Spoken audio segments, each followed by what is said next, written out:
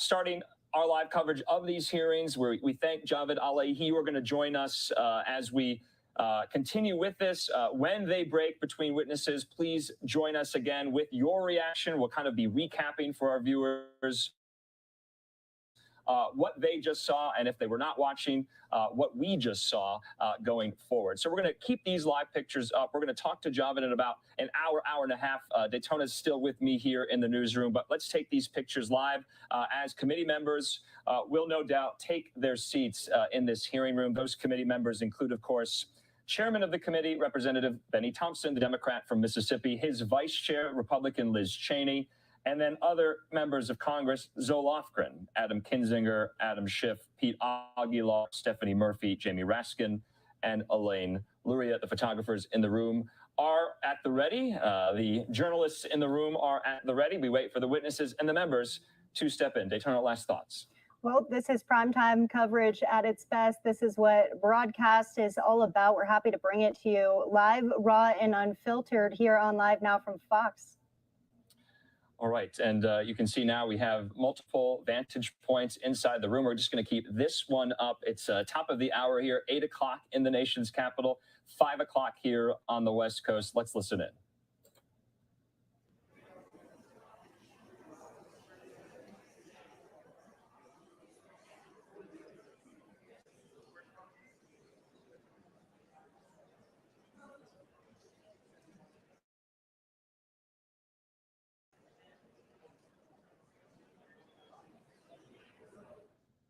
Okay, so we're just listening into some of the natural sound here while we wait for members of the committee to enter the committee room.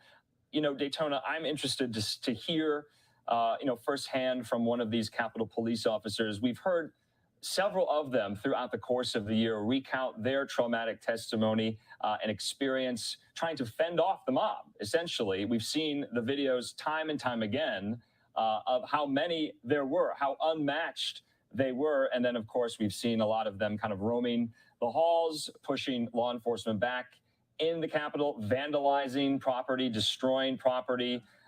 So that's something that I'll be watching for this might be, like I said, in the rearview mirror for some people. It will be top of mind now as they watch this. And Daytona, the committee members taking their seats. Let's watch.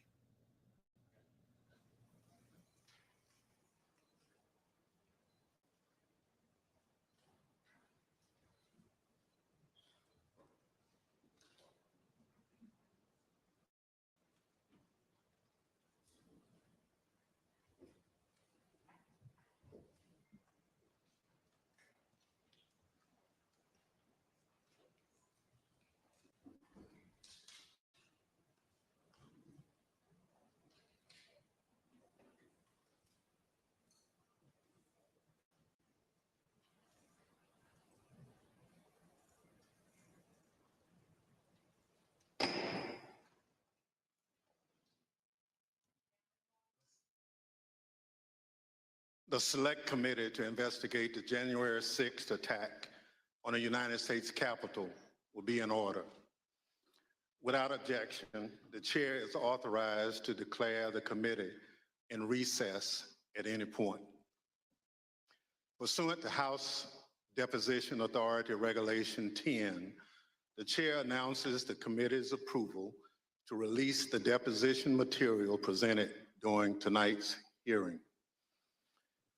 Thanks to everyone watching tonight for sharing part of your evening to learn the facts and causes of the events leading up to and including the violent attack on January 6, 2021. Our democracy, electoral system, and country.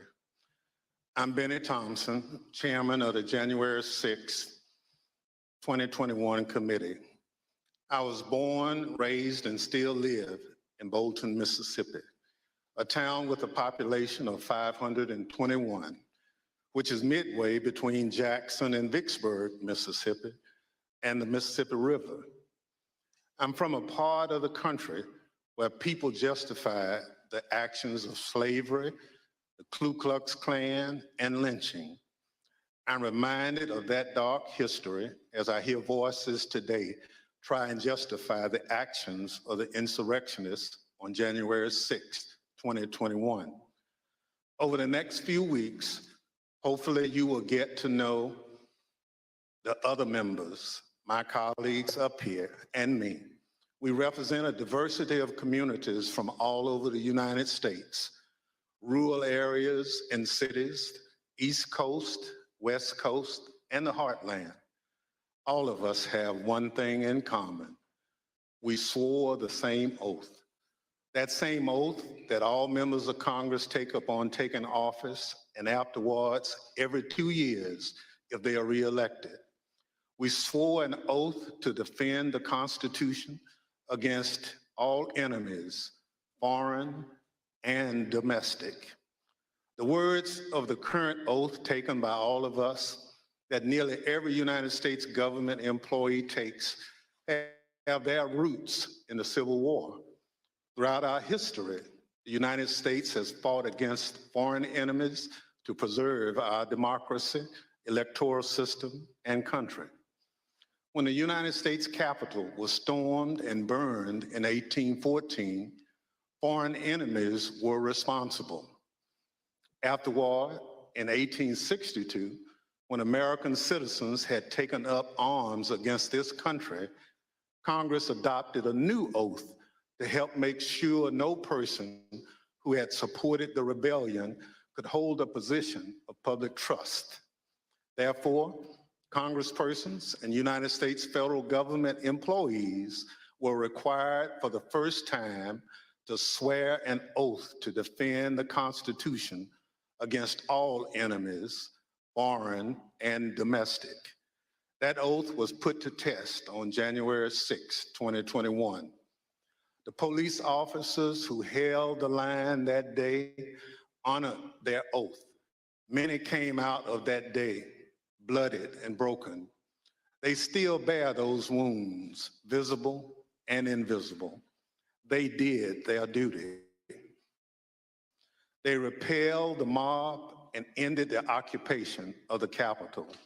They defended the Constitution against domestic enemies so that Congress could return, uphold our own oath, and count your votes to ensure the transfer of power, just as we've done for hundreds of years. But unlike in 1814, it was domestic enemies of the Constitution who stormed the Capitol and occupied the Capitol, who sought to thwart the will of the people to stop the transfer of power.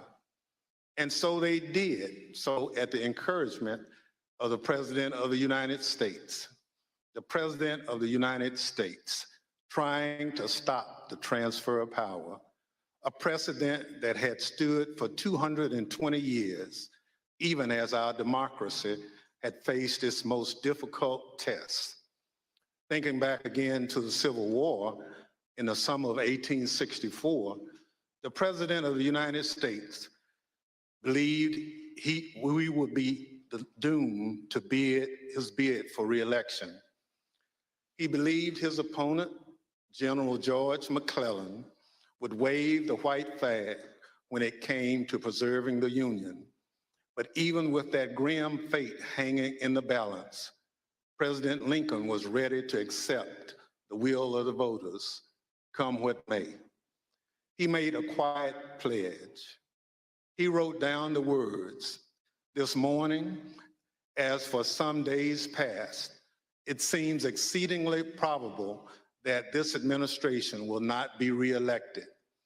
Then it will be my duty to so cooperate with the president-elect. It will be my duty." Lincoln sealed that memo and asked his cabinet secretaries to sign it sight unseen. He asked them to make the same commitment he did, to accept defeat if indeed defeat was the will of the people, to uphold the rule of law, to do what every president who came before him did, and what every president who followed him would do, until Donald Trump. Donald Trump lost the presidential election in 2020. The American people voted him out of office.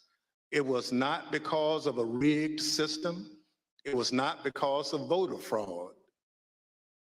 Don't believe me? Hear what his former Attorney General had to say about it. I warn those who watching that this contains strong language. No, just what I've been through. I had 3 discussions with the president that I can recall. One was on November 23rd, one was on December 1st, and one was on December 14th. And I've been through sort of the give and take of those discussions. And in that context, I made it clear I did not agree with the idea of saying the election was stolen. And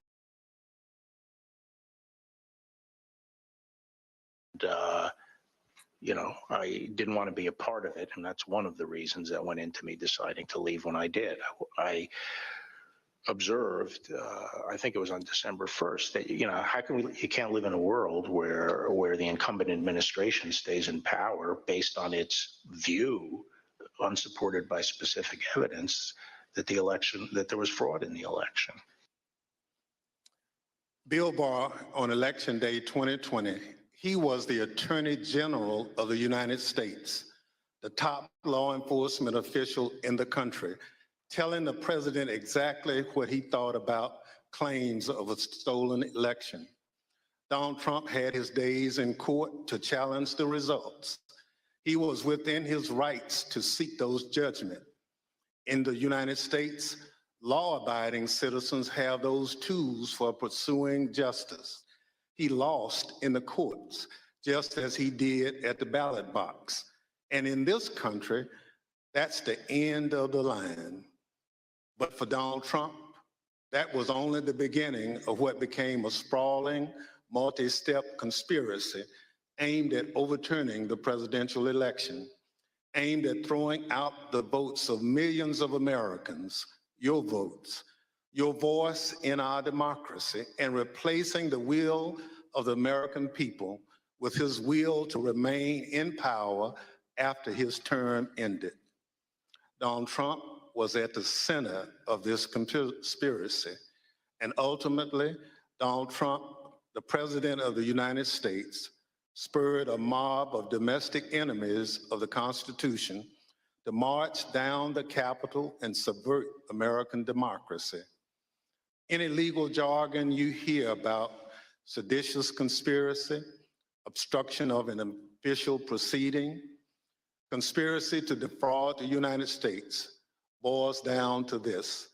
January 6th was the culmination of an attempted coup, a brazen attempt, as one rioter put it shortly after January 6th, to overthrow the government. The violence was no accident. It represented Trump's last stand, most desperate chance to halt the transfer of power.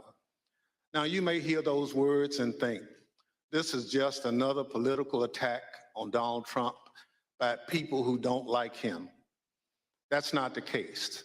My colleagues and I all wanted an outside independent commission to investigate January 6th, similar to what we had after 9/11. But after first agreeing to the idea, Donald Trump's allies in Congress put a stop to it. Apparently, they don't want January 6th investigated at all. And in the last 17 months, many of those same people have tried to whitewash what happened on January 6th, to rewrite history, call it a tourist visit, label it legitimate political discourse. Donald Trump and his followers have adopted the words of the songwriter, "Do you believe me or your lying eyes?" We can't sweep what happened under the rug. The American people deserve answers. So I come before you this evening, not as a Democrat, but as an American who swore an oath to defend the Constitution. The Constitution doesn't protect just Democrats or just Republicans. It protects all of us, we the people. And this scheme was an attempt to undermine the will of the people. So tonight, and over the next few weeks, we're going to remind you of the reality of what happened that day. But our work must do much more than just look backwards. Because of our democracy remains in danger, the conspiracy to thwart the will of the people is not over. There are those in this audience who thirst for power, but have no love or respect for what makes America great: devotion to the Constitution, allegiance to the rule of law, our shared journey to build a more perfect union. January 6th and the lies that led to insurrection have put 2.5 centuries of constitutional democracy at risk. The world is watching what we do here. America has long been expected to be a shining city on the hill, a beacon of hope and freedom, a model for others when we are at our best. How can we play that role when our house is in such disorder? We must confront the truth with candor, resolve, and determination. We need to show that we are worthy of the gifts that are the birthright of every American. That begins here, and it begins now, with a true accounting of what happened and what led to the attack on our Constitution and our democracy. In this moment, when the dangers of our Constitution and our democracy loom large, nothing could be more important. Working alongside the public servants on this dais has been one of the greatest honors of my time in Congress. It's been a particular privilege to count as a partner in this effort and to count as a friend the gentlewoman from Wyoming, Ms. Cheney. She's a patriot, a public servant of profound courage, of devotion to her oath and the Constitution. It's my pleasure to recognize Ms. Cheney for her opening statement. Thank you very much, Mr. Chairman. And let me echo those words about the importance of bipartisanship and what a tremendous honor it is to work on this committee. Mr. Chairman, at 6:01 p.m. on January 6th, after he spent hours watching a violent mob besiege, attack, and invade our Capitol, Donald Trump tweeted, but he did not condemn the attack. Instead, he justified it. "These are the things and events that happen," he said, "when a sacred landslide election victory is so unceremoniously and viciously stripped away from great patriots who've been badly and unfairly treated for so long." As you will see in the hearings to come, President Trump believed his supporters at the Capitol, and I quote, "We're doing what they should be doing." This is what he told his staff as they pleaded with him to call off the mob, to instruct his supporters to leave. Over a series of hearings in the coming weeks, you will hear testimony, live and on video, from more than half a dozen former White House staff in the Trump administration, all of whom were in the West Wing of the White House on January 6th. You will hear testimony that, quote, "The president did not really want to put anything out, calling off the riot or asking his supporters to leave." You will hear that President Trump was yelling and, quote, "really angry at advisors who told him he needed to be doing something more." And aware of the rioters' chance to hang Mike Pence, the president responded with this sentiment, quote, "Maybe our supporters have the right idea. Mike Pence, quote, deserves it." You will hear evidence that President Trump refused for hours to do what his staff, his family, and many of his other advisors begged him to do: immediately instruct his supporters to stand down and evacuate the Capitol. Tonight, you will see never-before-seen footage of the brutal attack on our Capitol, an attack that unfolded while a few blocks away, President Trump sat watching television in the dining room next to the Oval Office. You will hear audio from the brave police officers battling for their lives and ours, fighting to defend our democracy against a violent mob Donald Trump refused to call off. Tonight and in the weeks to come, you will see evidence of what motivated this violence, including directly from those who participated in this attack. You will see video of them explaining what caused them to do it. You will see their posts on social media. We will show you what they have said in federal court. On this point, there is no room for debate. Those who invaded our Capitol and battled law enforcement for hours were motivated by what President Trump had told them, that the election was stolen and that he was the rightful president. President Trump summoned the mob, assembled the mob, and lit the flame of this attack. You will also hear about plots to commit seditious conspiracy on January 6th, a crime defined in our laws as conspiring to overthrow, put down, or destroy by force the government of the United States, or to oppose by force the authority thereof. Multiple members of two groups, the Oath Keepers and the Proud Boys, have been charged with this crime for their involvement in the events leading up to and on January 6th. Some have pled guilty. The attack on our Capitol was not a spontaneous riot. Intelligence available before January 6th identified plans to, quote, invade the Capitol, occupy the Capitol, and take other steps to halt Congress's count of electoral votes that day. In our hearings to come, we will identify elements of those plans, and we will show specifically how a group of Proud Boys led a mob into the Capitol building on January 6th.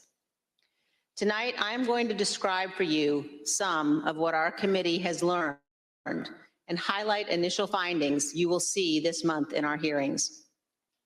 As you hear this, all Americans should keep in mind this fact. On the morning of January 6th, President Donald Trump's intention was to remain President of the United States, despite the lawful outcome of the 2020 election and in violation of his constitutional obligation to relinquish power. Over multiple months, Donald Trump oversaw and coordinated a sophisticated 7-part plan to overturn the presidential election and prevent the transfer of presidential power. In our hearings, you will see evidence of each element of this plan. In our second hearing, you will see that Donald Trump and his advisors knew that he had in fact lost the election. But despite this, President Trump engaged in a massive effort to spread false and fraudulent information to convince huge portions of the US population that fraud had stolen the election from him. This was not true. Jason Miller was a senior Trump campaign spokesman. In this clip, Miller describes a call between the Trump campaign's internal data expert and President Trump a few days after the 2020 election. I was in the Oval Office, and at some point in the conversation, Matt Oskowski, who is the lead data person, was brought on, and I remember he delivered to the president pretty blunt terms that he was going to lose. And that was based, Mr. Miller, on Matt and the data team's assessment of the sort of county by county, state by state results as reported? Correct. Alex Cannon was one of President Trump's campaign lawyers. He previously worked for the Trump Organization. One of his responsibilities was to assess allegations of election fraud in November 2020. Here is one sample of his testimony discussing what he told White House Chief of Staff, Mark Meadows. I remember a call with Mr. Meadows, where Mr. Meadows was asking me what I was finding and if I was finding anything. And I remember sharing with him that we weren't finding anything that would be sufficient to change the results in any of the key states. When was that conversation? Probably in November, mid to late November. I think it was before my child was born. And what was Mr. Meadows' reaction to that information? I believe the words he used were, "So there's no there there." There's no there there. The Trump campaign's general counsel, Matt Morgan, gave similar testimony. He explained that all of the fraud allegations and the campaign's other election arguments taken together and viewed in the best possible light for President Trump could still not change the outcome of the election. President Trump's Attorney General Bill Barr also told Donald Trump his election claims were wrong. Repeatedly told the president in no uncertain terms that I did not see evidence of fraud and that would have affected the outcome of the election. And frankly, a year and a half later, I haven't seen anything to change my mind on that. Attorney General Barr also told President Trump that his allegations about Dominion voting machines were groundless. I saw absolutely zero basis for the allegations, but they were made in such a sensational way that they obviously were influencing a lot of people, members of the public, that there was this systemic corruption in the system and that their votes didn't count and that these machines controlled by somebody else were actually determining it, which was complete nonsense. And it was being laid out there. And I told them that it was crazy stuff and they were wasting their time on that. And it was doing a grave disservice to the country. But President Trump persisted, repeating the false Dominion allegations in public at least a dozen more times, even after his attorney general told him they were, quote, complete nonsense. And after Barr's resignation on December 23rd, the acting attorney general who replaced him, Jeff Rosen, and the acting deputy, Richard Donahue, told President Trump over and over again that the evidence did not support allegations he was making in public. Many of President Trump's White House staff also recognized that the evidence did not support the claims President Trump was making. This is the president's daughter commenting on Bill Barr's statement that the department found no fraud sufficient to overturn the election. How did that affect your perspective about the election when Attorney General Barr made that statement? It affected my perspective. I respect Attorney General Barr. So I accepted what he was saying. As you will hear on Monday, the president had every right to litigate his campaign claims, but he ultimately lost more than 60 cases in state and federal courts. The president's claims in the election cases were so frivolous and unsupported that the president's lead lawyer, Rudy Giuliani, not only lost the lawsuits, his license to practice law was suspended. Here's what the court said of Mr. Giuliani. Giuliani communicated demonstrably false and misleading statements to courts, lawmakers, and the public at large in his capacity as lawyer for former President Donald J. Trump and the Trump campaign in connection with Trump's failed effort at re-election in 2020. As you will see in great detail in our hearings, President Trump ignored the rulings of our nation's courts. He ignored his own campaign leadership, his White House staff, many Republican state officials. He ignored the Department of Justice and the Department of Homeland Security. President Trump invested millions of dollars of campaign funds purposely spreading false information, running ads he knew were false, and convincing millions of Americans that the election was corrupt and that he was the true president. As you will see, this misinformation campaign provoked the violence on January 6th. In our third hearing, you will see that President Trump corruptly planned to replace the Attorney General of the United States so the U.S. Justice Department would spread his false stolen election claims. In the days before January 6th, President Trump told his top Justice Department officials, quote, "Just say the election was corrupt and leave the rest to me and the Republican congressman." Senior Justice Department officials, men he had appointed, told him they could not do that because it was not true. So President Trump decided to replace them. He offered Jeff Clark, an environmental lawyer at the Justice Department, the job of acting Attorney General. President Trump wanted Mr. Clark to take a number of steps, including sending this letter to Georgia and 5 other states, saying the U.S. Department of Justice had, quote, identified significant concerns that may have impacted the outcome of the election. This letter is a lie. The Department of Justice had, in fact, repeatedly told President Trump exactly the opposite, that they had investigated his stolen election allegations and found no credible fraud that could impact the outcome of the election. This letter and others like it would have urged multiple states to withdraw their official and lawful electoral votes for Biden.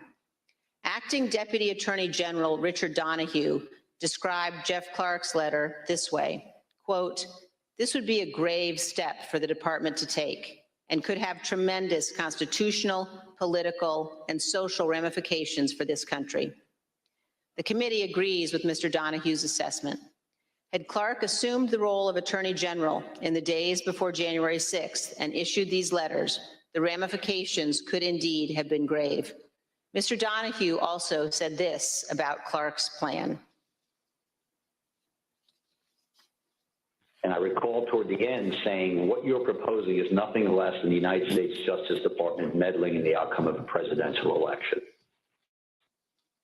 In our hearings, you will hear firsthand how the senior leadership of the Department of Justice threatened to resign, how the White House counsel threatened to resign, and how they confronted Donald Trump and Jeff Clark in the Oval Office. The men involved, including Acting Attorney General Jeff Rosen and Acting Deputy Attorney General Richard Donoghue, were appointed by President Trump. These men honored their oaths of office, they did their duty, and you will hear from them in our hearings. By contrast, Jeff Clark has invoked his Fifth Amendment privilege against self-incrimination and refused to testify. Representative Scott Perry, who is also involved in trying to get Clark appointed as Attorney General, has refused to testify here. As you will see, Representative Perry contacted the White House in the weeks after January 6th to seek a presidential pardon. Multiple other Republican congressmen also sought presidential pardons for their roles in attempting to overturn the 2020 election. In our 4th hearing, we will focus on President Trump's efforts to pressure Vice President Mike Pence to refuse to count electoral votes on January 6th. Vice President Pence has spoken publicly about this. President Trump is wrong.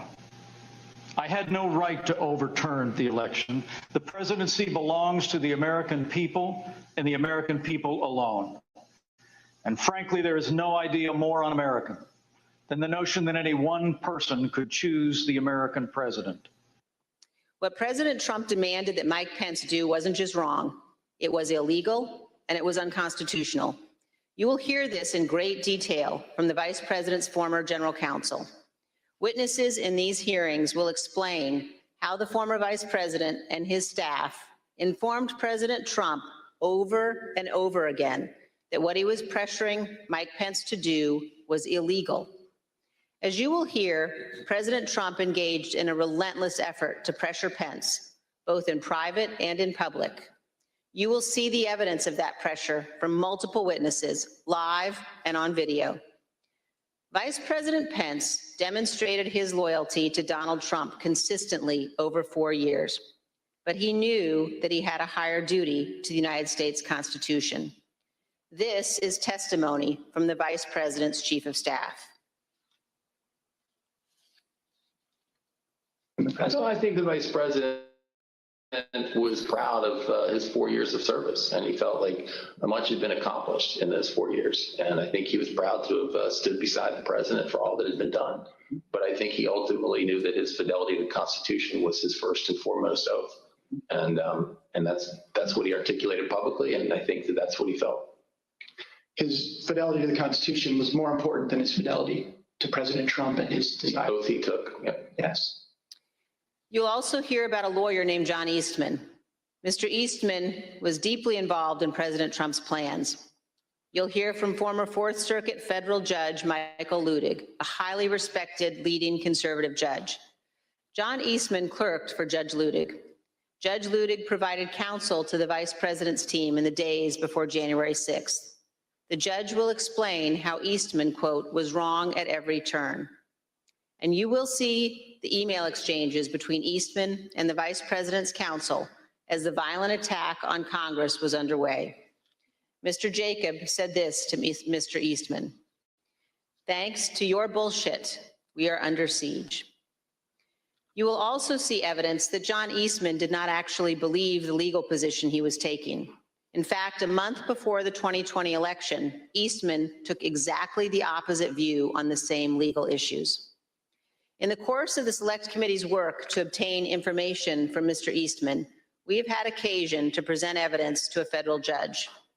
The judge evaluated the facts, and he reached the conclusion that President Trump's efforts to pressure Vice President Pence to act illegally by refusing to count electoral votes likely violated 2 federal criminal statutes. And the judge also said this: if Dr. Eastman and President Trump's plan had worked, it would have permanently ended the peaceful transition of power, undermining American democracy and the Constitution. If the country does not commit to investigating and pursuing accountability for those responsible, the court fears January 6th will repeat itself. Every American should read what this federal judge has written. The same judge, Judge Carter, issued another decision on Tuesday night, just this week, indicating that John Eastman and other Trump lawyers knew that their legal arguments had no real chance of success in court, but they relied on those arguments anyway to try to, quote, overturn a Democratic election. And you will hear that while Congress was under attack on January 6th and the hours following the violence, the Trump legal team in the Willard Hotel War Room continued to work to halt the count of electoral votes. In our 5th hearing, you will see evidence that President Trump corruptly pressured state legislators and election officials to change election results. You will hear additional details about President Trump's call to Georgia officials, urging them to, quote, find 11,780 votes that did not exist, and his efforts to get states to rescind certified electoral slates without factual basis and contrary to law. You will hear new details about the Trump campaign and other Trump associates' efforts to instruct Republican officials in multiple states to create intentionally false electoral slates and transmit those slates to Congress, to the Vice President, and the National Archives, falsely certifying that Trump won states he actually lost. In our final 2 June hearings, you will hear how President Trump summoned a violent mob and directed them illegally to march on the United States Capitol. While the violence was underway, President Trump failed to take immediate action to stop the violence and instruct his supporters to leave the Capitol. As we present these initial findings, keep 2 points in mind. First, our investigation is still ongoing, so what we make public here will not be the complete set of information we will ultimately disclose. And second, the Department of Justice is currently working with cooperating witnesses and has disclosed to date only some of the information it has identified from encrypted communications and other sources. On December 18th, 2020, a group including General Michael Flynn, Sidney Powell, Rudy Giuliani, and others visited the White House. They stayed late into the evening. We know that the group discussed a number of dramatic steps, including having the military seize voting machines and potentially rerun elections. You will also hear that President Trump met with that group alone for a period of time before White House lawyers and other staff discovered the group was there and rushed to intervene. A little more than an hour after Ms. Powell, Mr. Giuliani, General Flynn, and the others finally left the White House, President Trump sent the tweet on the screen now, telling people to come to Washington on January 6th. Be there, he instructed them. Will be wild. As you will see, this was a pivotal moment. This tweet initiated a chain of events. The tweet led to the planning for what occurred on January 6th, including by the Proud Boys, who ultimately led the invasion of the Capitol and the violence on that day. The indictment of a group of Proud Boys alleges that they planned, quote, to oppose by force the authority of the government of the United States. And according to the Department of Justice, on January 6, 2021, the defendants directed, mobilized, and led members of the crowd onto the Capitol grounds and into the Capitol, leading to the dismantling of metal barricades, the destruction of property, the breaching of the Capitol building, and the assaults on law enforcement.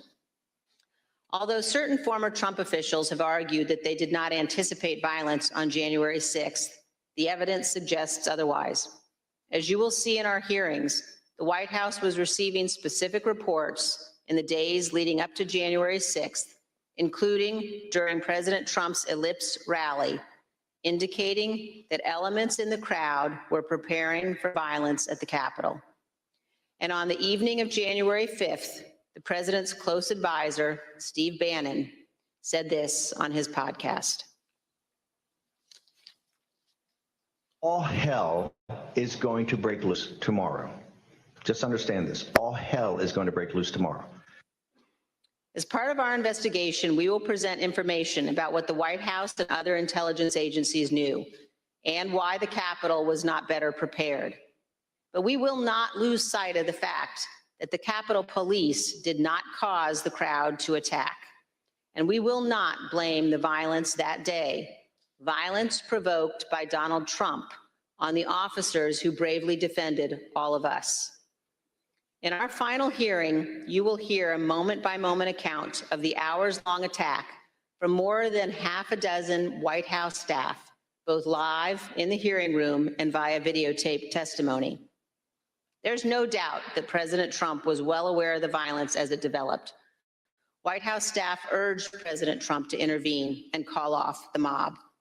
Here is a document written while the attack was underway by a member of the White House staff advising what the president needed to say. Quote, anyone who entered the Capitol without proper authority should leave immediately. This is exactly what his supporters on Capitol Hill and nationwide were urging the president to do. He would not. You will hear that leaders on Capitol Hill begged the president for help, including Republican leader McCarthy, who was, quote, scared, and called multiple members of President Trump's family after he could not persuade the president himself. Not only did President Trump refuse to tell the mob to leave the Capitol, he placed no call to any element of the United States government to instruct that the Capitol be defended. He did not call his Secretary of Defense on January 6th. He did not talk to his Attorney General. He did not talk to the Department of Homeland Security. President Trump gave no order to deploy the National Guard that day, and he made no effort to work with the Department of Justice to coordinate and deploy law enforcement assets. But Vice President Pence did each of those things. For example, here is what General Milley, the chairman of the Joint Chiefs of Staff, testified to this committee. There were 2 or 3 calls with Vice President Pence. He was very animated, and he issued very explicit, very direct, unambiguous orders. There was no question about that. And I can get you the exact quotes, I guess, from some of our records somewhere, but he was very animated, very direct, very firm, and to Secretary Miller. Get the military down there, get the Guard down here, put down this situation, et cetera. By contrast, here is General Milley's description of his conversation with President Trump's Chief of Staff, Mark Meadows, on January 6th. He said, we have to kill the narrative that the Vice President is making all the decisions. We need to establish the narrative that that the president is still in charge and that things are steady or stable or words that thing. I immediately interpret that as politics, politics, politics. Red flag for me personally, no action, but I remember it distinctly. And you will hear from witnesses how the day played out inside the White House, how multiple White House staff resigned in disgust, and how President Trump would not ask his supporters to leave the Capitol. It was only after multiple hours of violence that President Trump finally released a video instructing the riotous mob to leave. And as he did so, he said to them, quote, "We love you, and you're very special." You will also hear that in the immediate aftermath of January 6th, members of the president's family, White House staff, and others tried to step in to stabilize the situation, quote, "to land the plane before the presidential transition on January 20th. You will hear about members of the Trump cabinet discussing the possibility of invoking the 25th Amendment and replacing the President of the United States. Multiple members of President Trump's own cabinet resigned immediately after January 6th. One member of the cabinet suggested that the remaining cabinet officers needed to take a more active role in running the White House and the administration. But most emblematic of those days is this exchange of texts between Sean Hannity and former President Trump's press secretary, Kayleigh McEnany. Sean Hannity wrote in part, "Key now, no more crazy people, no more stolen election talk. Yes, impeachment and 25th Amendment are real. Many people will quit." Ms. McEnany responded in part, "Love that. That's the playbook." The White House staff knew that President Trump was willing to entertain and use conspiracy theories to achieve his ends. They knew the president needed to be cut off from all of those who had encouraged him. They knew that President Donald Trump was too dangerous to be left alone, at least until he left office on January 20th. These are important facts for Congress and the American people to understand fully. When a president fails to take the steps necessary to preserve our union, or worse, causes a constitutional crisis, we're at a moment of maximum danger for our republic. Some in the White House took responsible steps to try to prevent January 6th. Others egged the president on. Others who could have acted refused to do so. In this case, the White House counsel was so concerned about potentially lawless activity that he threatened to resign multiple times. That is exceedingly rare and exceedingly serious. It requires immediate attention, especially when the entire team threatens to resign. However, in the Trump White House, it was not exceedingly rare, and it was not treated seriously. This is a clip of Jared Kushner addressing multiple threats by White House counsel Pat Cipollone and his team of lawyers to resign in the weeks before January 6th.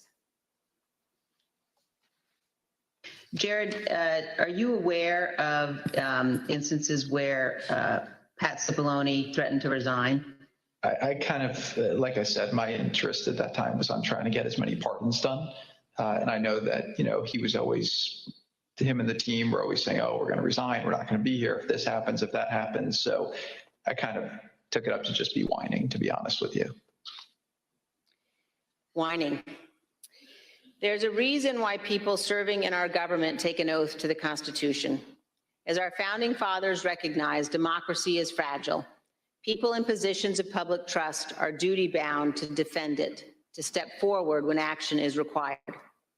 In our country, we don't swear an oath to an individual or a political party.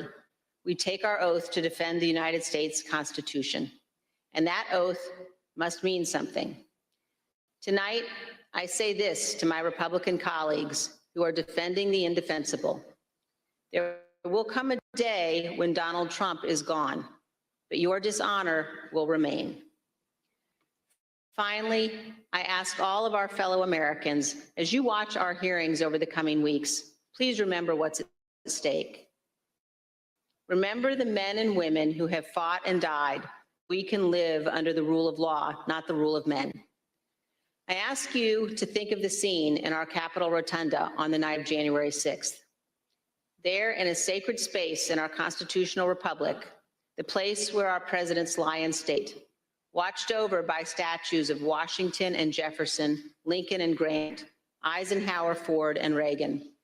Against every wall that night encircling the room, there were SWAT teams, men and women in tactical gear with long guns, deployed inside our Capitol building.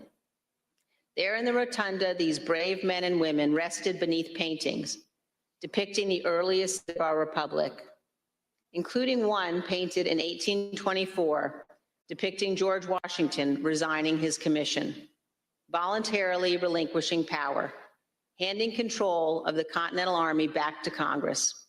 With this noble act, Washington set the indispensable example of the peaceful transfer of power, what President Reagan called nothing less than a miracle.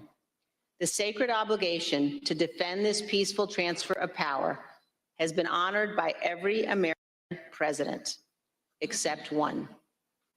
As Americans, we all have a duty to ensure that what happened on January 6th never happens again, to set aside partisan battles, to stand together to perpetuate and preserve our great republic. Thank you, Mr. Chairman. As we provide answers to American people about January 6th, it's important that we remember exactly what took place. That this was no tourist visit to the Capitol. Most of the footage we are about to play has never been seen. The Select Committee obtained it as a part of our investigation. This isn't easy to watch. I want to warn everyone that this video includes violence and strong language. Without objection, I include in the record a video presentation of the violence of January 6th. Proud of your boy! Proud of your boy! Proud of your boy! Yeah, just for awareness, be advised, there's probably about 300 Proud Boys. They're marching eastbound in this 400 block of kind of Independence, actually on the mall towards the United States Capitol. I am not allowed to say what's going to happen today because everyone's just going to have to watch for themselves. But it's going to happen. Something's going to happen. Who's free? Our streets! Who's free? Our streets! Who's free? Our streets!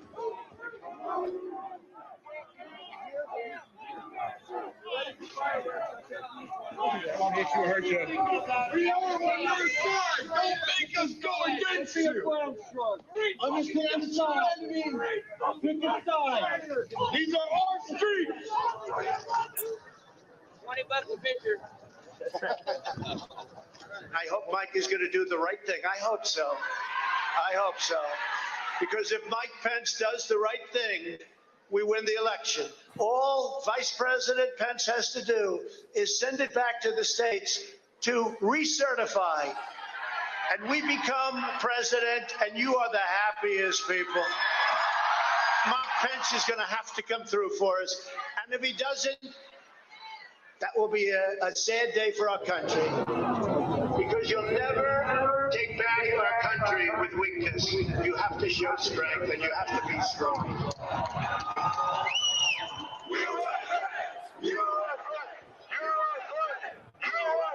Cruiser 50, it does look like we're going to have an ad hoc march stepping off here.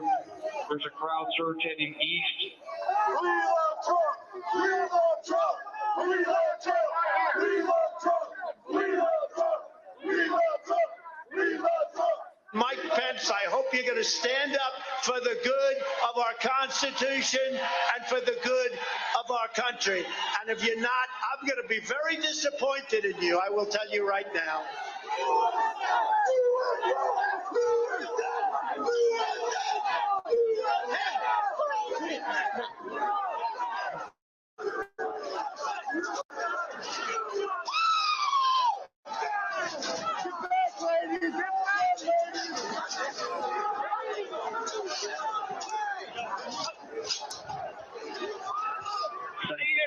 Priority. We just had President Pete Circle preach the line. We need backup.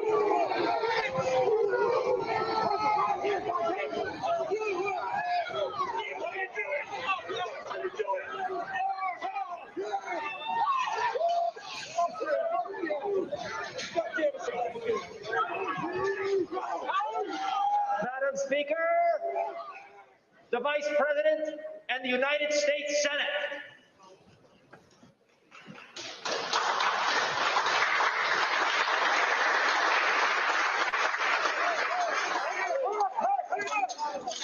We're going to give riot warnings as soon as the hour out is here. We're going to give riot warnings.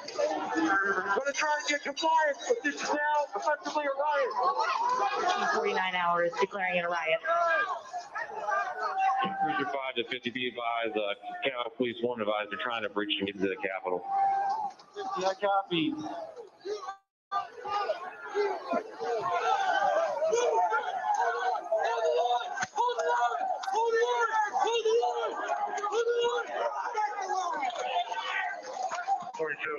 We're about 5 mics out. We're trying to make our way through all this.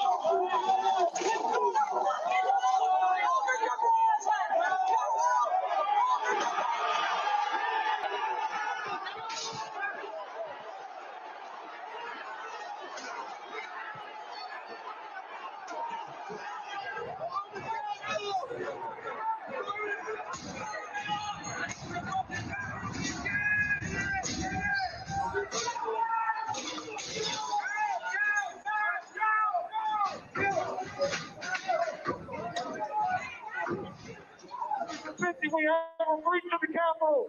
Breach of the Capitol to the upper level! Jack, be advised they're requesting additional resources on the east side as they've broken into that window and they're trying to kick it in.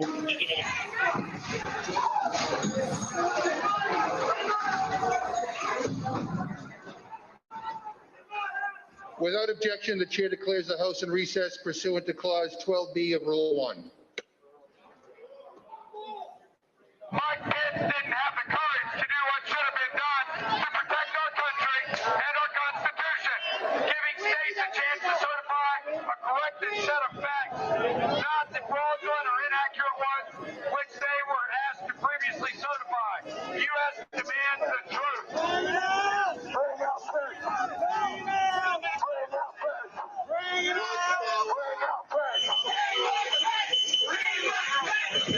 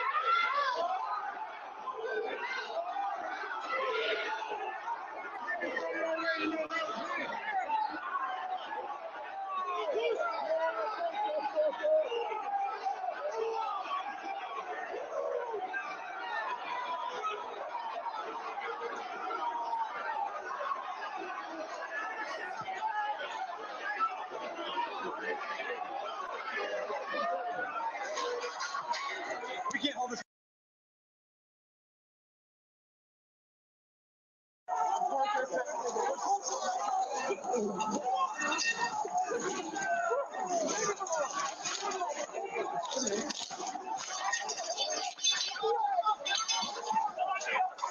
We need an area for the housing members. They're all walking over now through the tunnels.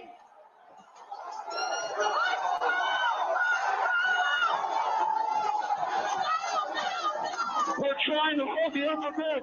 We're trying to hold the upper deck now. We need to hold the doors of the Capitol.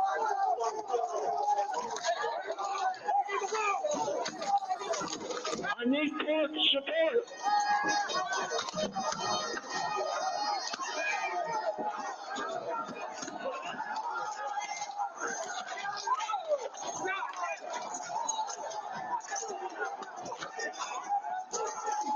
We lost the line. We lost the line. All entities get back. All entities get back up to the upper deck. All entities get back to the upper deck. ASAP.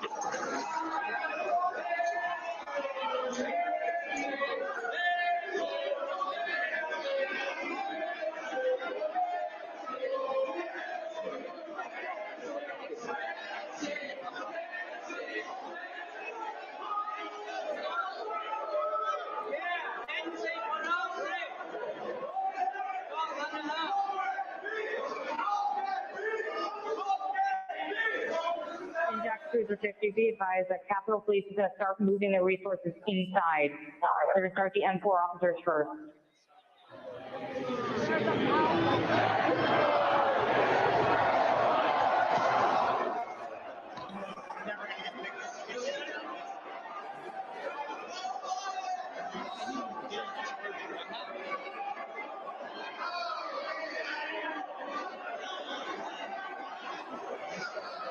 H208 with 4 members. The doors barricaded. There's people flooded the hallways outside. We have no way out. Advance officers still remaining on the house floor, on the third floor, to use the subways themselves. It's time to evacuate so we can secure the members on the other side. Copy. It's up to us people now, the American people. And what are you ready to do? One more time. What are you ready to do? And whatever it takes, I'll lay my life down if it takes. Absolutely. That's why we showed up today. Hey, boys,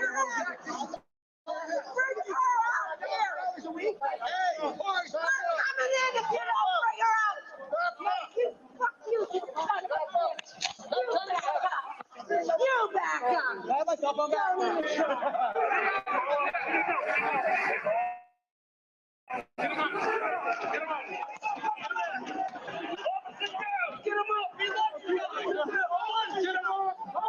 Get him up.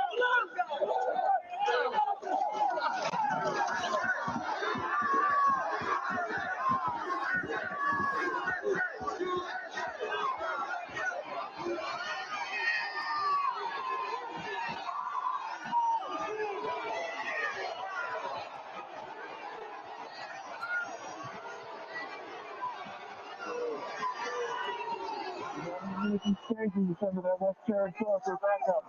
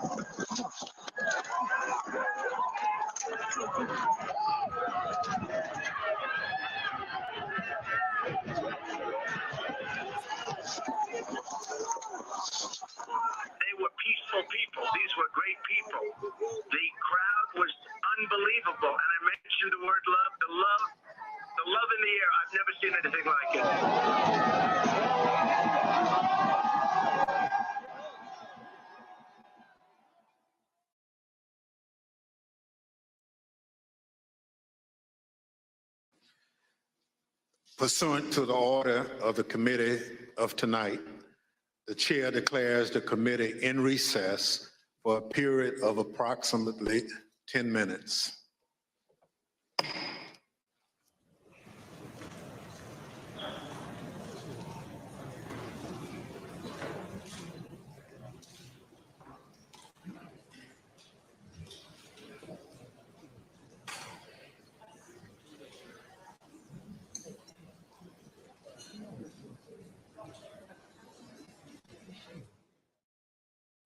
Okay, so we just watched a 12-minute long montage timeline, almost minute by minute there, of the events that transpired on January 6th, the scenes we all know and have seen countless times.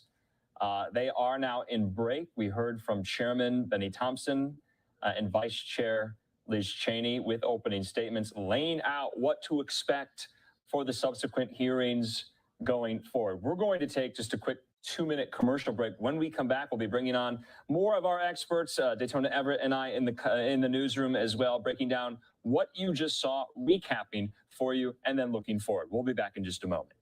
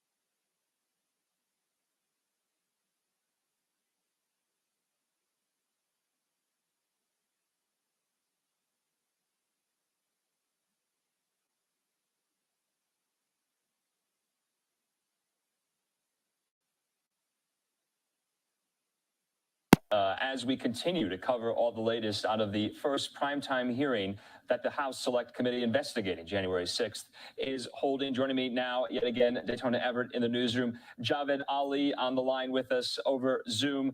Let's break down what we were watching in a 10-minute break right now. I was somewhat struck by the fact that you heard from Liz Cheney laying out what to expect in the subsequent hearings, but also going piece by piece, line by line, with a firm upholding of the credibility and the legitimacy of the 2020 election. Of course, they're so related, but she really hammered that point, going each by line, the fraudulent claims that we've heard time and time again, disputing them outright. Yeah, so it was a really interesting sort of choreography of the initial presentation of the facts. So you had the opening comment from Representative Thompson, whom I have briefed several times in my career when I was in government behind closed doors, not publicly. And then, but the bulk of the narrative was given by Representative Cheney, and I think that was a really interesting nod to the bipartisan aspect of the makeup of the panel. And then she spoke for the bulk of the time as well. And as you said, Andrew, she laid out sort of the broad parameters of what the panel will investigate over the next several hearings, but then went into detail into different aspects of it too. And I was also struck by how they very much sort of tried to focus this on sort of the top-down driven effect from the former President Trump, and then all different aspects that he was either trying to control or shape or influence. So that was a strategy that I wasn't sure how the panel would sort of take right off the bat, but I think they made it pretty clear where this is going to go in the future from that perspective. Yeah, I was thinking the exact same thing. Most of the evidence targeted directly at Donald Trump.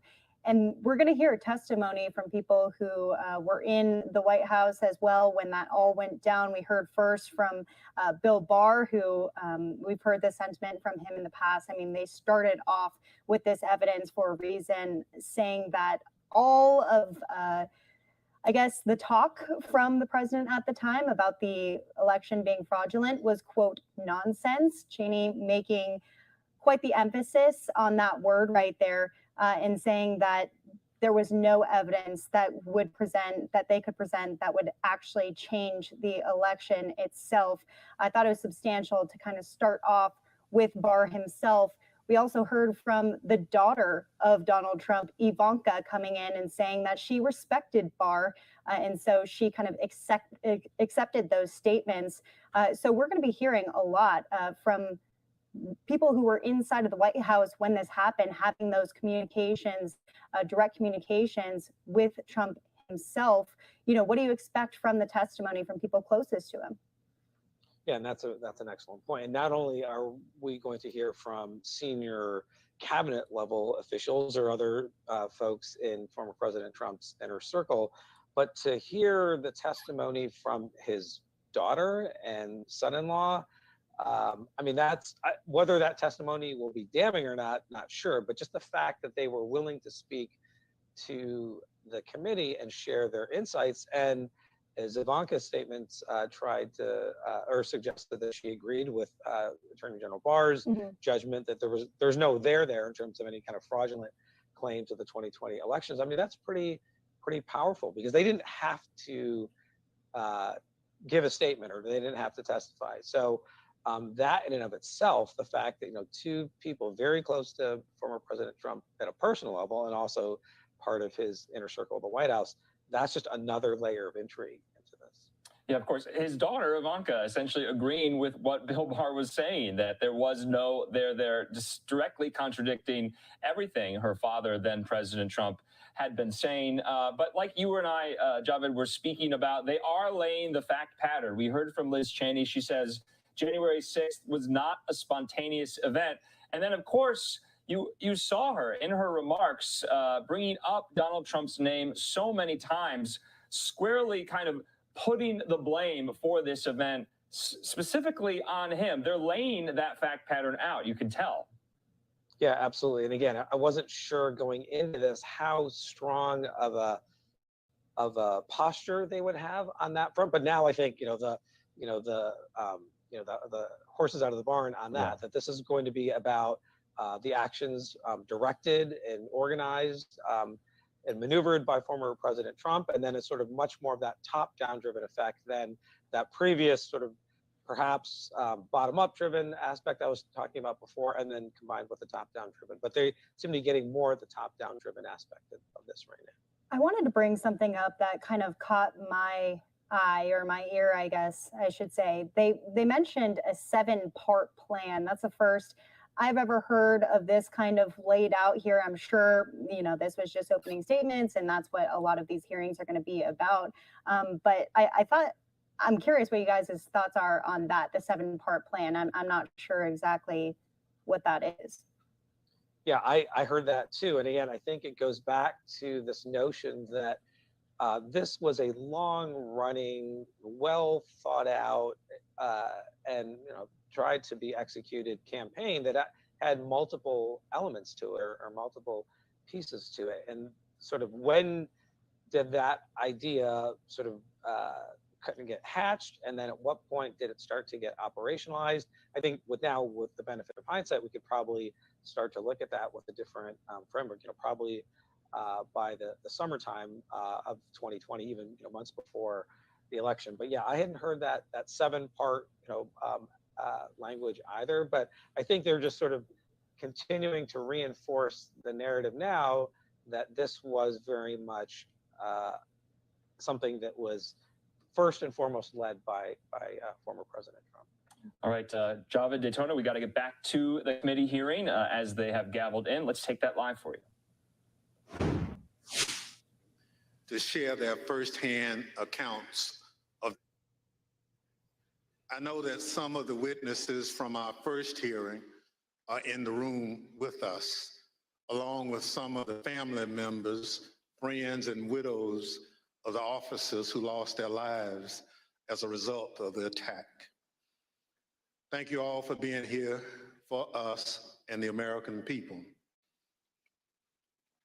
Officer Carolyn Edwards has been with the United States Capitol Police since 2017. On January 6th, Officer Edwards was assigned to the First Responder Unit, which serves as the first line of defense at the Capitol complex. She also served as a member of the Civil Disturbance Unit, a special subset of the Uniform Division trained to respond to mass demonstration events. Officer Edwards is a graduate of the University of Georgia and currently is working on a master's degree in intelligence analysis from Johns Hopkins University. Nick Quistad is an acclaimed filmmaker Credits include documenting stories from war zones in Afghanistan, Syria, and Iraq. On January 6th, Mr. Quickstead was working on a documentary about, quote, why Americans are so divided when Americans have so much in common, end quote. During that day, Mr. Quickstead interviewed and documented movements of the people around the Capitol, including the first moments of the violence against the Capitol Police and the chaos that ensued. I will now swear in our witnesses. The witnesses will please stand and raise your right hand. Do you swear and affirm under penalty of perjury that the testimony you're about to give is the truth, the whole truth, and nothing but the truth, so help you God?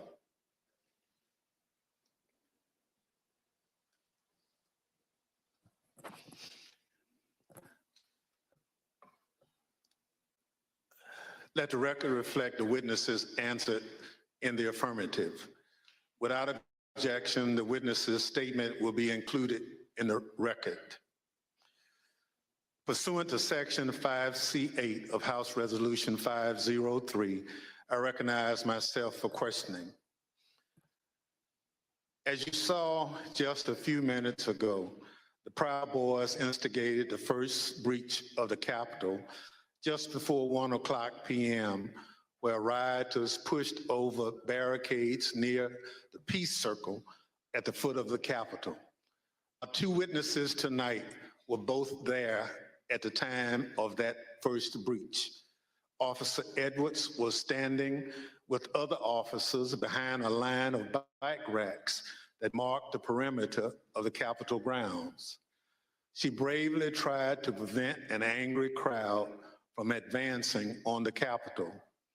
Unfortunately, she was overrun and knocked unconscious as the crowd advanced on the Capitol. Mr. Quickstead was a few yards away from Officer Edwards, taking footage of the Proud Boys as part of his work on a documentary film. Most of his footage has never been shown publicly before we shared it this evening. Officer Edwards, I'd like to start by asking if you could tell us why you believe it's important for you to share your story this evening with the committee and the American public.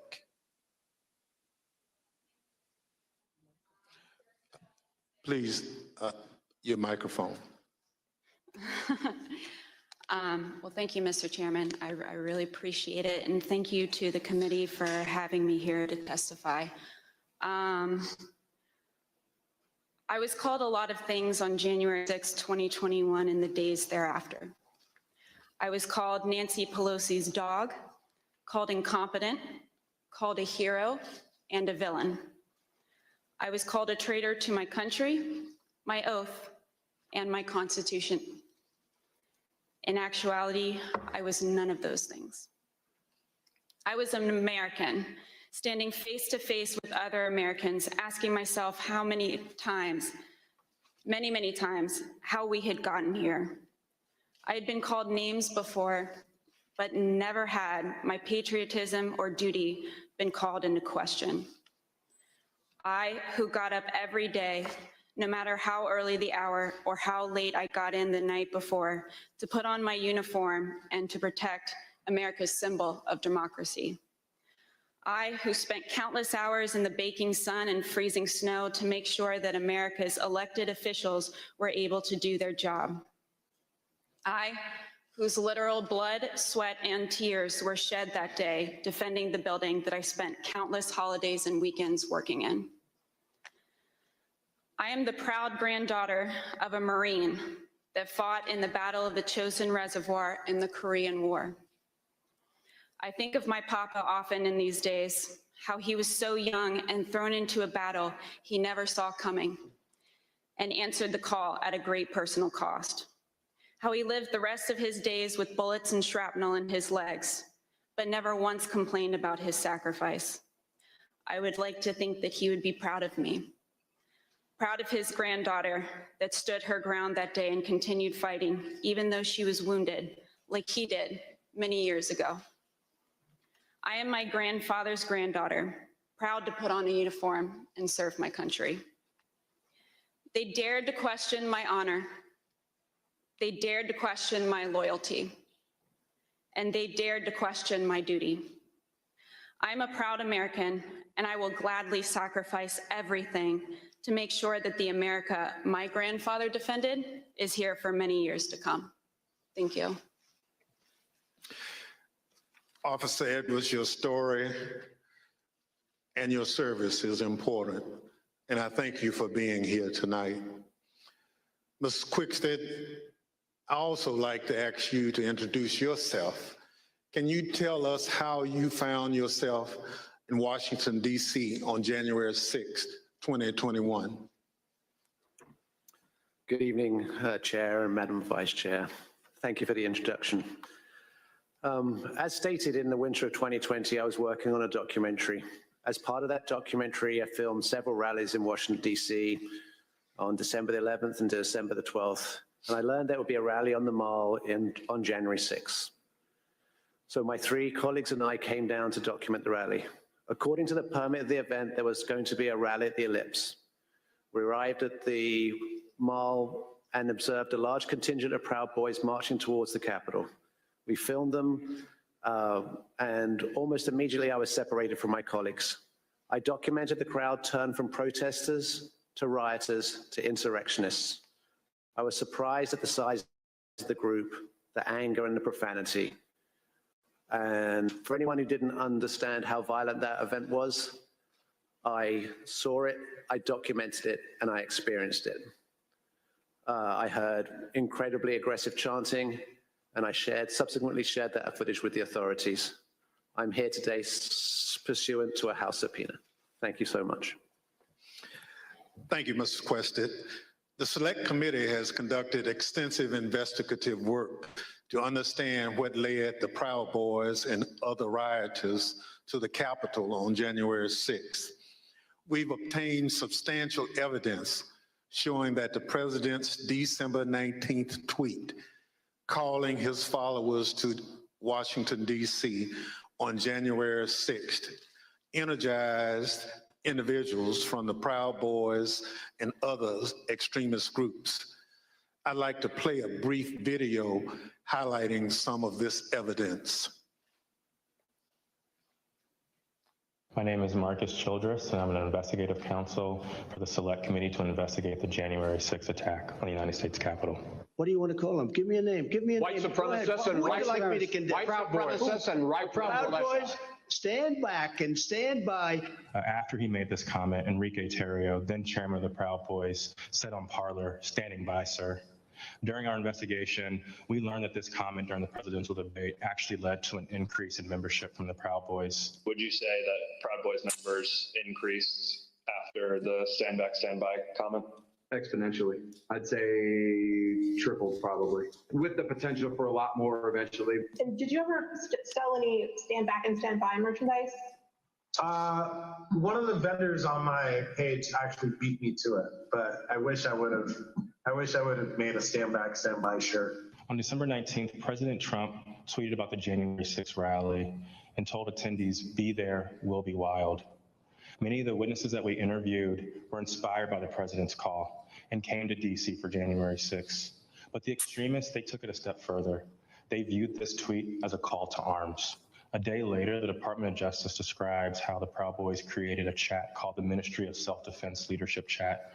In this chat, the Proud Boys established a command structure in anticipation of coming back to DC on January 6th. The Department of Justice describes Mr. Terrio coming into possession of a document called the 1776 Returns, which describes individuals occupying key buildings around the United States Capitol. The Oath Keepers are another group that the committee investigated. You better get your ass to DC, folks, this Saturday. Yeah, if you don't, there'll be no more Republic. But we're not going to let that happen. It's not even an if. It's either President Trump is encouraged and bolstered, and strengthened to do what he must do, or we wind up in a bloody fight. We all know that. The fight's coming. The Oath Keepers began planning to block the peaceful transfer of power shortly after the November 3rd election. And according to the Department of Justice, Stuart Rhodes, the Oath Keepers leader, said to his followers that we were not going to get through this without a civil war. In response to the December 19th, 2020 tweet by President Trump, the Oath Keepers focused on January 6th in Washington, D.C. In response to the tweet, one member, the president of the Florida chapter, put on social media, "The president called us to the Capitol. He wants us to make it wild." The goal was for the Oath Keepers to be called to duty so that they could keep the president in power, although President Trump had just lost the election.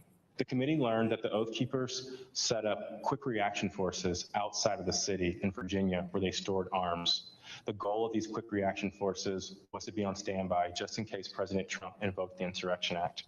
Did the Oath Keepers ever provide weapons to members? I'm going to decline to answer that and put them at grounds for due process grounds. In footage obtained by the committee, we learned that on the night of January 5th, Enrique Tarrio and Stuart Rhodes met in a parking garage in Washington, D.C. There's mutual respect there. I think we're fighting the same fight, and I think that's what's important. The committee learned that the Oath Keepers went into the Capitol through the east doors in two stack formations. The DOJ alleges that one of the stacks went into the Capitol looking for Speaker Pelosi, although they never found her. As the attack was unfolding, Mr. Tarrio took credit. In documents obtained by the Department of Justice, Mr. Tarrio said in an encrypted chat, "Make no mistake, and we did this." Later on that evening, Mr. Tarrio even posted a video which seemed to resemble him in front of the Capitol with a black cape. And the title of the video was Premonition. The evidence developed by the Select Committee and the Department of Justice highlights how each group participated on the attack on the Capitol on January 6th. In fact, the investigation revealed that it was individuals associated with the Proud Boys who instigated the initial breach at the Peace Circle at 12:53 p.m.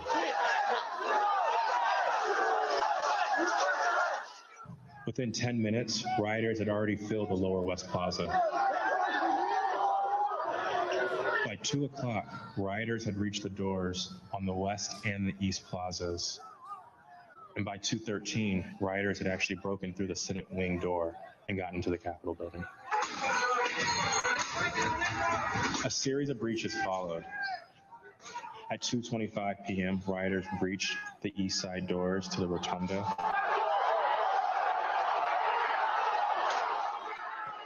And then right after 2:40 p.m., rioters breached the east side doors near the Ways and Means room. Once the rioters infiltrated the Capitol, they moved through the crypt, the Rotunda, the hallways leading to the House chambers, and even inside the Senate chambers.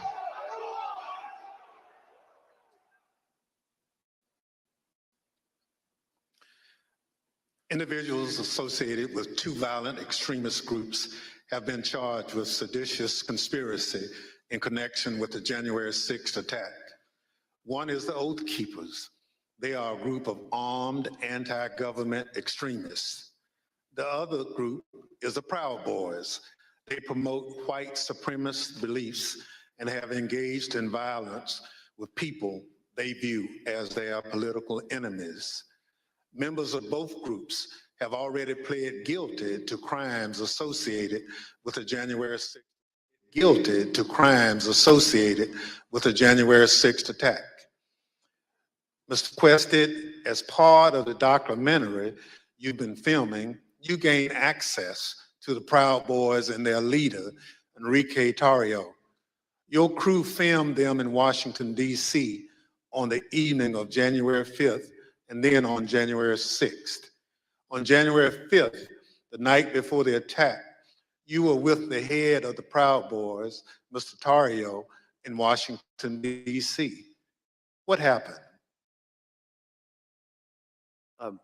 We picked up Mr. Tarrio from jail. He'd been arrested for carrying some magazines, some extra capacity magazines, and he took responsibility for the burning of the Black Lives Matter flag that was stolen from the church on on December the 12th. We were attempting to get an interview with Mr. Tarrio. We had no idea of any of the events that were going to subsequently happen. We drove him to pick up his bags from the property department of the police, which is just south of the Mall.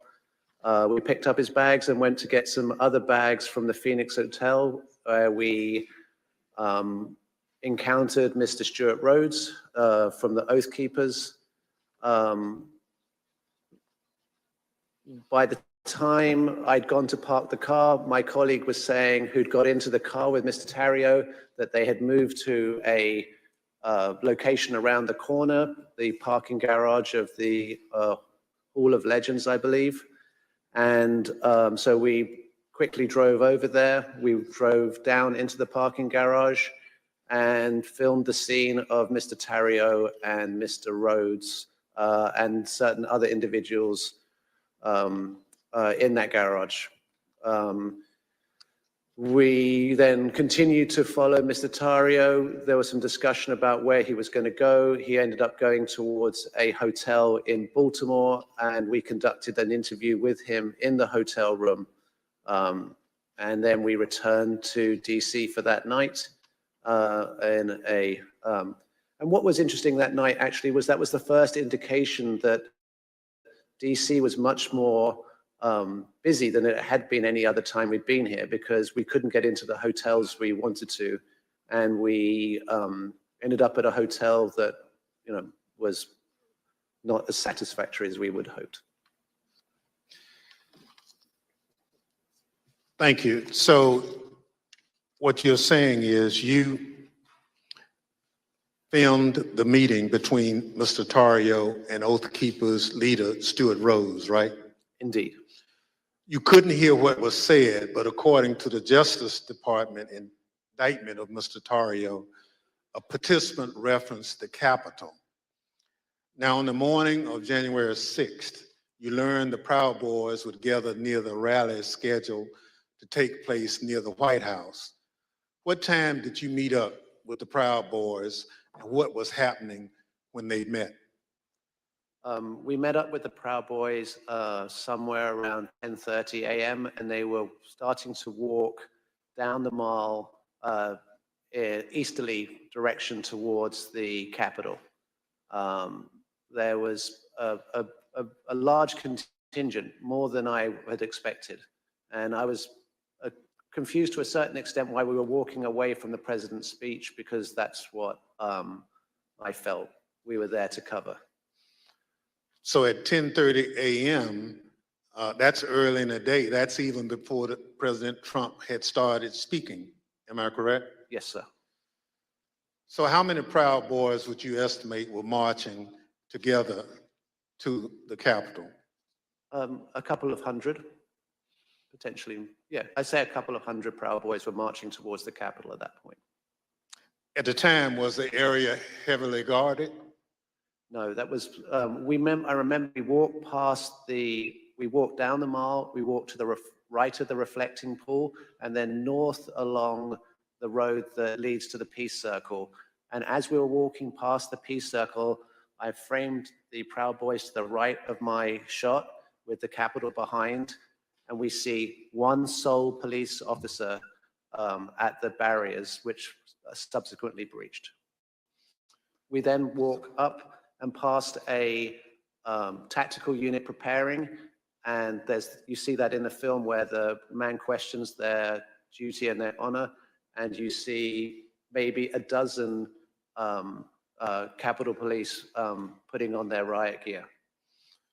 So how would you describe the atmosphere at that time? The atmosphere it seemed to be much darker. I make efforts to create a familiarity between myself and my subjects to make them feel comfortable. And the atmosphere was much darker this day than had been in these other days. And there was also a contingent of Proud Boys that I hadn't met before from Arizona who appeared to wear these orange hats. and had orange armbands. So when the Proud Boys went back down the hill to the Peace Circle, did a larger crowd start together? Well, no, first of all, we went round to the back and down the steps, and we took some photographs on the east side of the Capitol, and then we went for lunch. We went for tacos. So, Mr. Questa, you're a journalist, so you are careful to stick to things that you have observed. But what you've told us is highly relevant. Let me highlight a few key facts that you and others have provided the committee. First, there was a large group of Proud Boys present at the Capitol. We know that from multiple sources. You now estimate that there were around 250 to 300 individuals that you've testified. They weren't there for President Trump's speech. We know this because they left that area to march toward the Capitol before the speech began. They walked around the Capitol that morning. I'm concerned this allowed them to see what defenses were in place and where weaknesses might be. And they decided to launch their attack at the Peace Circle, which is the front door of the Capitol complex. It's the first security perimeter that those marching from the ellipse would have to come to as they moved toward the Capitol. The Peace Circle walkway was always where the thousands of angry Trump supporters would arrive after President Trump sent them from the ellipse. The Proud Boys timed their attack to the moments before the start of the joint session in the Capitol, which is also where President Trump directed the angry mob, quote, "We fight like hell," end quote. He told them before sending them down Pennsylvania Avenue, right to where the Proud Boys gathered and where you were filming. Now, a central question is whether the attack on the Capitol was coordinated and planned. What you witnessed is what a coordinated and planned effort would look like. It was the culmination of a months-long effort spearheaded by President Trump.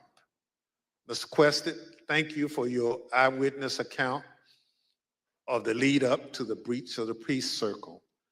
This brings us to a point in time where you and Officer Edwards were in close proximity. At this point, I reserve the balance of my time pursuant to 5C, Section 8 of House Resolution 503. The chair recognizes the gentlewoman from Wyoming, Ms. Cheney, for questioning. Thank you very much, Mr. Chairman. Officer Edwards, I want to start by thanking you for your service and thank you for your courage. Thank you for being here this evening. I know that it's not easy to relive what happened for you and for the officers behind you and for the family members of officers in the audience this evening. But it's really happened. I want to start, Officer Edwards, with a short clip that shows the horrible moment when you were injured as the Peace Circle was breached.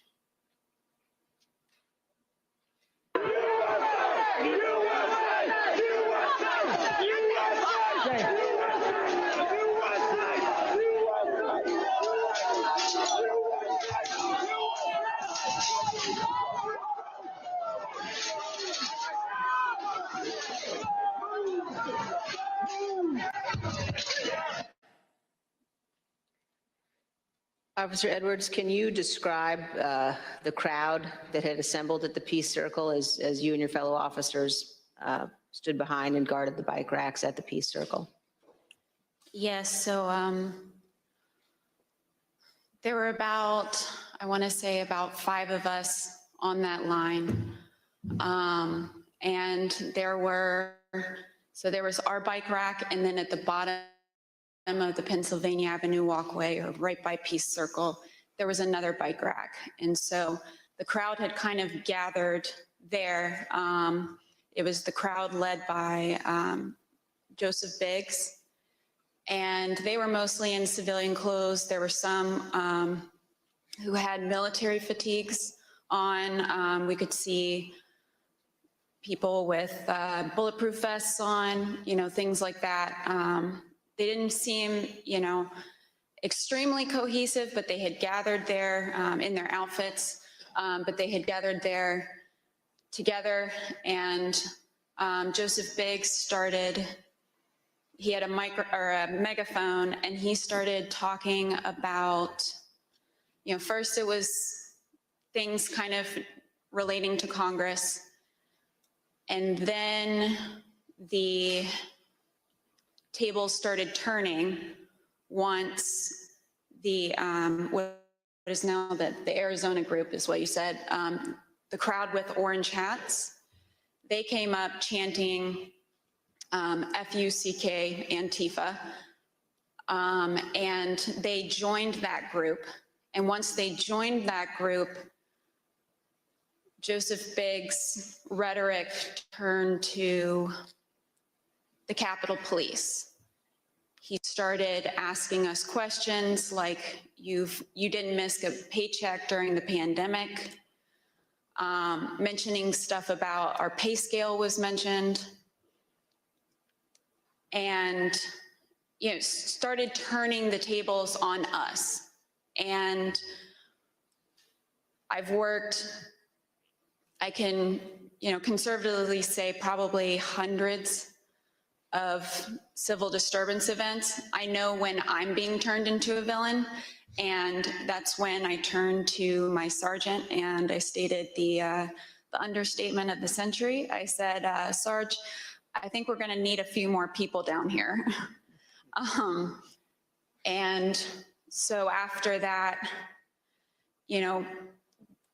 I think they started conferring. They went a little silent. They started conferring among each other. I saw the person now identified as Ryan Samsel. He put his arm around Joseph Biggs, and they were talking. And then they started approaching the first barricade. They ripped the first barricade down, and they approached our bike racks. At that time, we started holding on, grabbing the bike racks. There weren't many of us, so I grabbed the middle between two different bike racks. And, I wasn't under any pretense that I could hold it for very long, but I just wanted to, make sure that we could get more people down and get our CDU units time to answer the call. So we started grappling over the bike racks.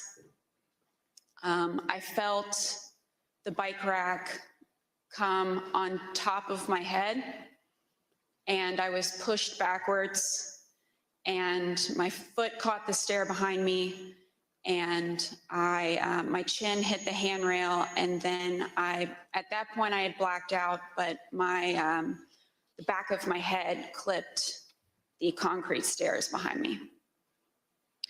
And you were knocked unconscious, is that right, Officer Edwards? Yes, ma'am. But then when you regained consciousness, even with the injuries, you returned to duty, is that right? Yes, ma'am. At that time, adrenaline kicked in. I ran towards the West Front, and I tried to hold the line at the Senate steps at the Lower West Terrace. More people kept coming at us. It just seemed like, more and more people started, coming onto the West Front. They started overpowering us. And that was right about when MPD's officers showed up. Their bike officers pushed the crowd back and allowed our CDU units as well as theirs to form that line that you see, that very thin line between us and the protesters or the rioters, at that time. I fell behind that line, and for a while I started decontaminating people who had gotten sprayed and treating people medically who needed it. And then you were injured again there on the West Terrace. Is that right, Officer Edwards? Yes, ma'am. So after a while, I got back on the line. It was on the house side of the Lower West Terrace. And I was holding that line for a while. There weren't many of us over there. And Officer Sicknick was behind me for most of the time, for about 30 to 45 minutes that I was down there. We were just, as the best we could, we were just, grappling over bike racks and trying to hold them as quick as possible. All of a sudden, I see movement to the left of me. And I turned, and it was Officer Sicknick with his head in his hands. And he was ghostly pale, which I figured at that point that he had been sprayed, and I was concerned. My, cop alarm bells went off. Because if you get sprayed with pepper spray, you're going to turn red. He turned just about as pale as this sheet of paper. And so I looked back to see what had hit him, what had happened, and that's when I got sprayed in the eyes as well. I was taken to be decontaminated by another officer, but we didn't get the chance because we were then tear gassed. And we are going to play just a brief clip of that moment that you've just described, Officer Edwards.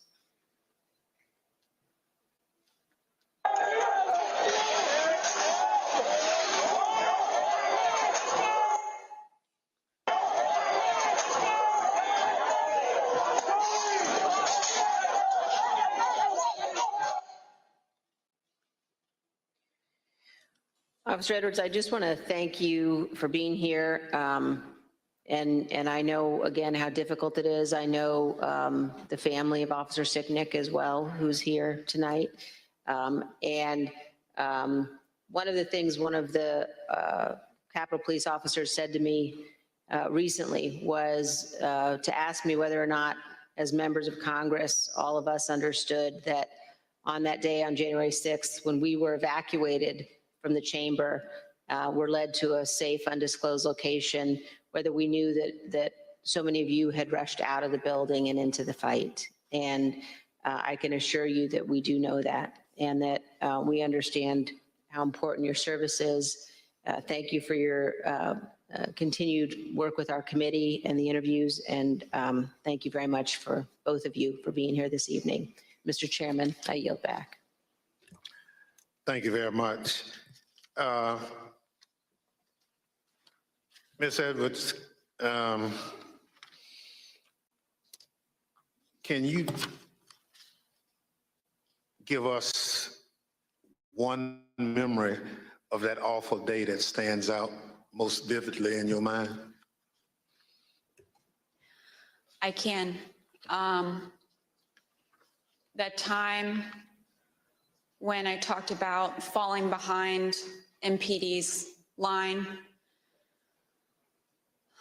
I remember because I had been kind of shielded away because I was holding those stairs, so I wasn't able to really see what was going on over here. When I fell behind that line and I saw, I can just remember my breath catching in my throat, because what I saw was just a war scene. It was something like I'd seen out of the movies. I couldn't believe my eyes. There were officers on the ground, they were bleeding, they were throwing up, they were, they had, I saw friends with blood all over their faces. I was slipping in people's blood. You know, I was catching people as they fell. It was carnage. It was chaos. I can't even describe what I saw. Never in my wildest dreams did I think that as a police officer, as a law enforcement officer, I would find myself in the middle of a battle. You know, I'm trained to detain, you know, a couple of subjects and handle a crowd, but I'm not combat trained. And that day, it was just hours of hand-to-hand combat, hours of dealing with things that were way beyond any law enforcement officer has ever trained for. And I just remembered, I just remember that moment of stepping behind the line and just seeing the absolute war zone that the West Front had become.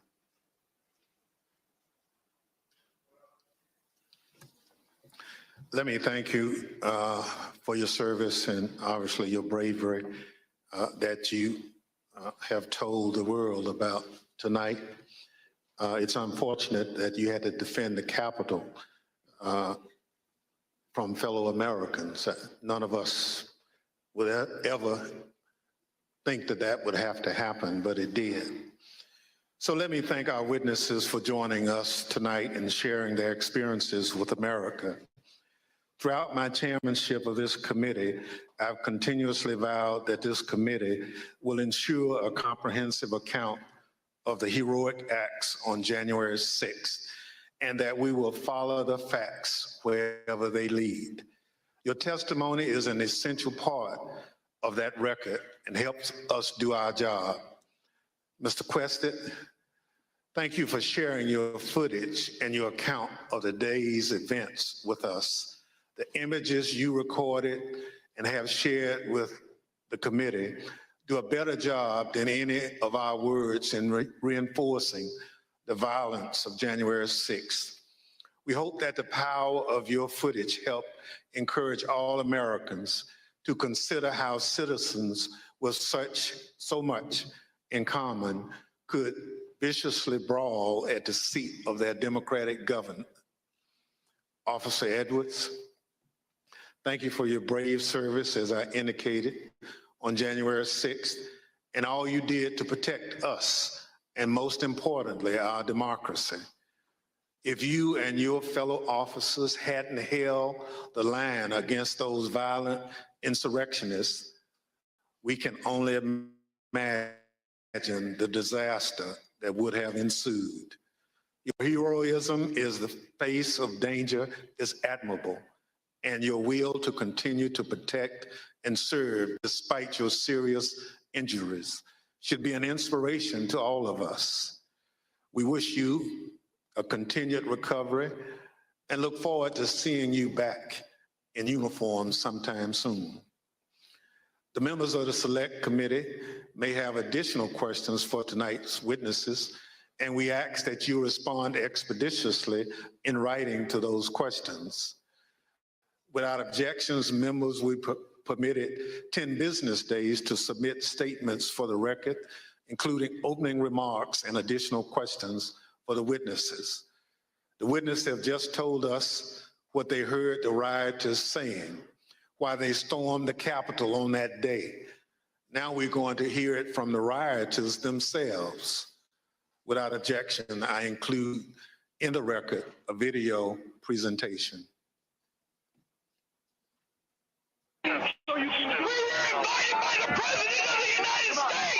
What really made me want to come was the fact that, you know, I had supported Trump all that time. I did believe, you know, that the election was being stolen, and Trump asked us to come. He personally asked for us to come to D.C. that day.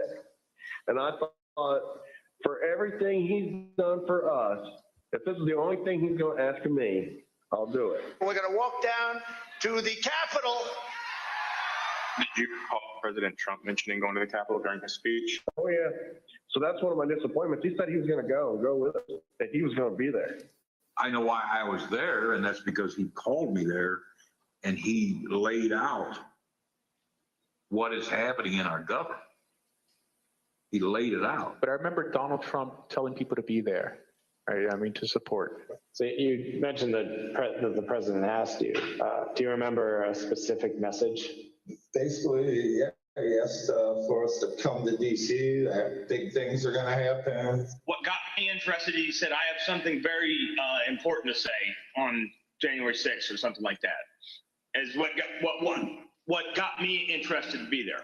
You know, Trump has only asked me for two things. He asked me for my vote, and he asked me to come on January 6th. When the committee reconvenes next week, we're going to examine the lies that convinced those men and others to storm the Capitol, to try to stop the transfer of power. We're going to take a close look at the first part of Trump's attack on the rule of law, when he hit the fuse that ultimately resulted in the violence of January 6th. Without objection, and with that, the committee stands adjourned.